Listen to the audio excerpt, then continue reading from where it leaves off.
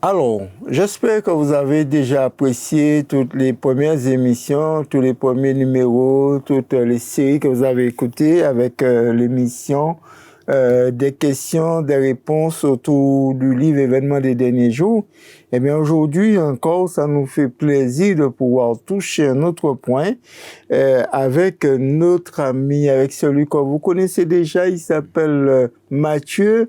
Mathieu nous avait parlé Mathieu nous a déjà parlé pendant 3 fois. Il nous avait parlé de la ville, il nous avait parlé de la campagne. Et puis aujourd'hui, Mathieu va nous parler d'un autre sujet. Il va nous expliquer un petit peu pourquoi il y aura des plaies, pourquoi il y aura les justes, comment les justes seront, comment les... Alors Mathieu, comment ça va? Comment était ta journée? Comment va la petite famille? Est-ce que tout le monde se porte bien ou est-ce que tu es le papa qui me dit Charles, il y a un malade à la maison? Alors comment vas-tu? Prends un petit peu du temps pour prendre les nouvelles un petit peu. Eh bien, comme j'ai coutume à dire, comme chrétien, je dis toujours, ça va bien Jésus. Ça va bien Jésus. Oui. D'accord. Donc tu as passé une bonne journée ou bien tout se passe bien pour le moment pour toi? Toujours bien Jésus. D'accord. Ben, il n'y a pas de problème. Ben, écoute, nous allons profiter de ta présence un petit moment encore pour que tu puisses nous parler un petit peu, pour qu'on puisse échanger un petit peu sur les 7 dernières plaies. Alors moi, j'ai l'impression, parce que tu as eu, je ne sais pas si tu te rappelles, quand le Covid est arrivé, il y a beaucoup de gens qui ont parlé du Covid comme une plaie, comme l'une des plaies que j'avais dit qu'elle allait frapper la tête. Mais est-ce que vraiment le Covid, c'est ça? Et puis à quel moment ces plaies-là vont tomber? Parce qu'on dit que ces plaies-là vont tomber, mais à quel moment? Il y en a 7, hein? On dit c'est 7 plaies qui vont tomber. À quel moment que cela va tomber? Est-ce que c'est maintenant qu'on commence à le savoir ou est-ce qu'il y a un moment bien spécial où ces plaies-là vont tomber? Alors qu'est-ce que tu peux nous dire en fait, le monde connaît depuis des décennies, des siècles des plaies. Des plaies et des contaminations. Il y a eu, bien sûr, la grippe espagnole. Il y a eu des personnes qui sont... beaucoup de personnes en Europe, hein, avec la peste. Et donc, il y a toujours eu des vagues comme ça. Mais maintenant, c'est mondial et c'est médiatisé, c'est fort, c'est vrai. C'est un signe aussi qui nous appelle à une certaine sagesse, c'est vrai. Mais il ne s'agit pas encore des 7 plaies, parce que lorsque les 7 plaies viendront, c'est lorsque Dieu aura fini avec ce temps de grâce, lorsqu'il aura répandu son esprit avec la pluie de la saison, qui veut dire, en langage plus commun, lorsque Dieu aura fini d'utiliser tout ce qu'il avait à dire aux hommes par la nature, par nous qui parlons, par des enfants et tout, eh bien, à un certain moment, l'homme sera face à lui-même. C'est ça. Et l'homme va aller au bout de sa logique. D'accord. Et l'homme va amener sur lui-même les conséquences. Donc, si je comprends bien ce que tu dis, Mathieu, il va arriver un moment où 7 plaies vont tomber, mais ces 7 plaies-là sera sans miséricorde. C'est-à-dire que l'homme va être mesuré à la mesure qu'il a utilisée. Pour mesurer les autres. Et on va ajouter dessus pour lui. D'accord. Donc, il y aura 7 plaies. Oui. Donc, on nous parle de Lucien Malin, on nous parle de différents types, mais on ne va pas les énumérer parce qu'on va laisser nos amis et à tous ceux qui nous écoutent, à tous ceux, de pouvoir le voir dans le livre. Alors, nous rappelons aussi à nos amis qui nous suivent depuis le début de cette expérience que vous allez voir en bas d'écran, il y a un numéro de téléphone, il y a une adresse email, vous pouvez poser une question par SMS si vous voulez. Vous pouvez aussi nous interpeller. Et puis aussi, si vous voulez envoyer une question par mail, vous pouvez le faire. Il n'y a aucun problème. Sachez que l'émission est en quelque sorte à vous, hein. Donc, vous avez la possibilité de réagir dessus. Alors, une chose, Mathieu, puisque nous avons dit qu'il y aura 7 plaies, nous avons parlé qu'il y aura ces plaies seront terribles. Ce sont des choses que les hommes n'auront jamais expérimentées, hein, parce que là, ça sera sans la miséricorde de Dieu. Tout ce qui nous arrive aujourd'hui nous arrive avec la miséricorde de Dieu. Mais celui-là va arriver sans la miséricorde de Dieu.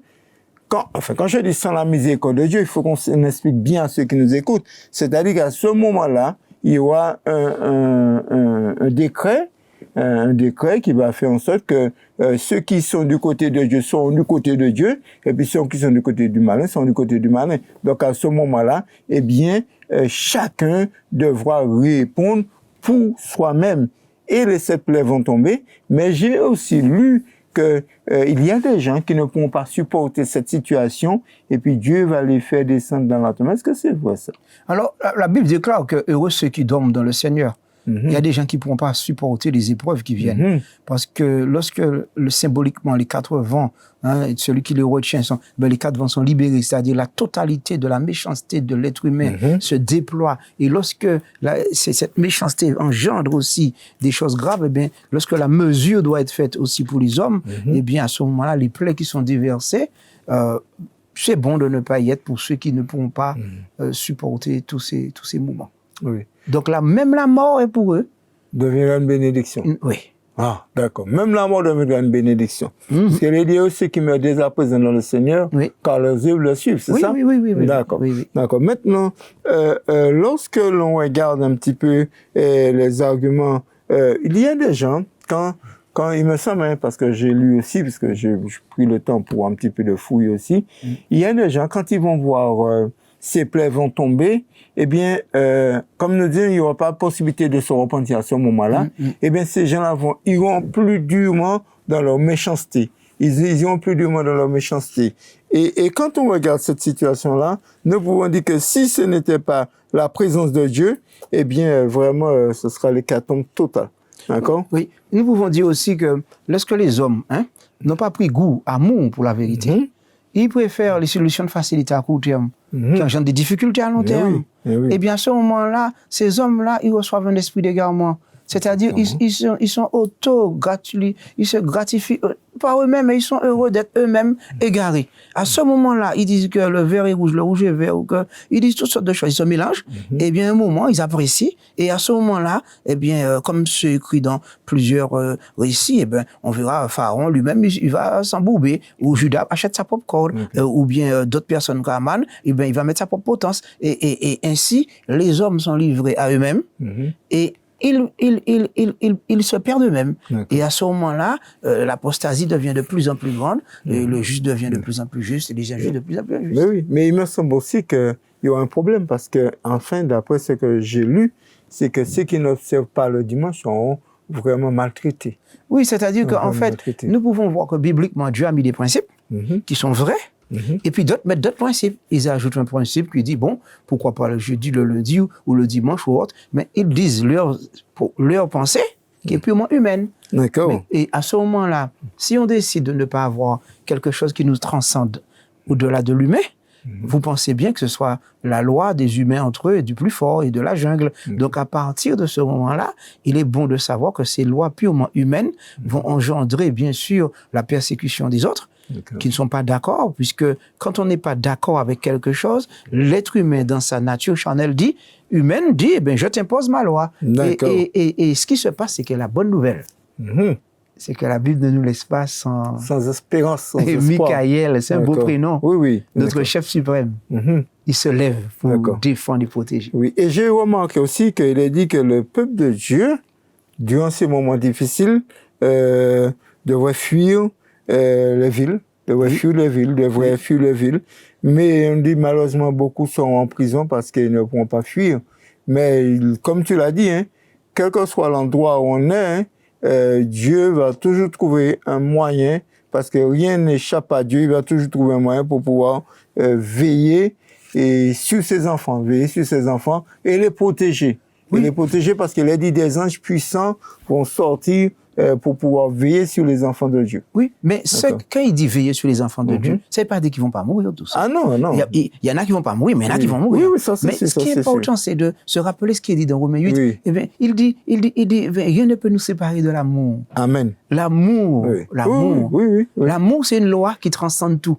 Et ce qui permet de savoir que ceux qui aiment Dieu, eh bien, cet amour, il est le garant de cela. Et l'apôtre Paul, par exemple, lorsqu'il était en prison à Rome, c'est là où il a amené le plus de personnes à l'évangile. Oui. Parce que pendant les 24 heures, toutes les 3 heures avec quelqu'un, 8 personnes par jour, enchaînées à lui. Il le voyait prier, manger, écrire. Il vérifiait le sein d'écriture. Et ces personnes, au moment où il écrit, je te prie de saluer ceux qui sont de la maison de César. César qui l'a mis en prison, sa maison était devenu un lieu de culte, un lieu d'adoration. Alors, il y a une chose que je voudrais quand même, Mathieu, qu'on s'y arrête, parce que, comme je me rends compte, on commence à bien, on dit, chaque fois, je me rends compte que l'heure passe tellement vite. Alors, il y a une chose que je voudrais quand même qu'on souligne, c'est que, dans l'analyse que l'on fait, on a dit que, aujourd'hui, en tant que les chrétiens, ne devrait pas s'attacher aux biens terrestres. C'est-à-dire qu'aujourd'hui, j'ai une voiture, je dois juste remercier Dieu de me permettre que cette voiture puisse être que je puisse utiliser la voiture. Mais je ne dois pas faire de la voiture un sujet d'adoration. Permets-moi de préciser tout ça. Oui. Le livre d'Éphésiens nous dit clairement que nous n'avons pas été créés pour pouvoir vivre des choses qui sont simplement belles, joyeuses, agréables. Nous avons été créés pour le plaisir de Dieu, pour sa gloire, pour célébrer sa gloire. Ce qui veut dire que nous sommes des témoins de ce que lorsqu'on est là ensemble, on dit mais comment font-ils pour être aussi heureux ensemble? Parce qu'il y a quelque chose qui nous unit, l'amour de Dieu. Les enfants sont unis par l'amour qu'ils ont pour leurs parents. Ainsi, ce qui se passe, c'est que lorsqu'on nous voit vivre, au travers de la voiture, au travers du travail, au travers de tout ce qu'on fait, on dit ces gens-là, ce sont des enfants de Dieu. Et c'est pour cela que maintenant, lorsque les circonstances se produisent autour de nous, rien ne peut enlever à l'enfant de Dieu son élection, sa rédemption, son salut, sa grâce qu'il bénéficie, et puis le plan que Dieu a pour lui pour l'éternité. D'accord, bien. Écoute, Mathieu, toi, on a commencé là, puis je me rends compte qu'on est déjà presque vers la fin. Mais je voudrais quand même dire que malgré tout ce qui va se faire, Dieu restera au contrôle. Oui. Parce que Dieu pouvoir, rien ne va échapper à Dieu. Oui. Et c'est ce qui est notre espérance. Parce que depuis le début, nous avons vu que il y aura les 7 plaies, les plaies vont tomber. Nous avons dit, il y a les ulcères, parmi eux, il y a le soleil qui va... Enfin, il y a plein de choses, parce que nous on parle, je laisse l'occasion à nos auditeurs, à nos auditrices, à tous ceux qui nous suivent de pouvoir vérifier avec le livre Événements des derniers jours. Si vous n'avez pas ce livre-là, sachez que vous pouvez l'avoir. Il suffit simplement de pouvoir appeler au numéro que vous voyez qui s'affiche sur le site un mail.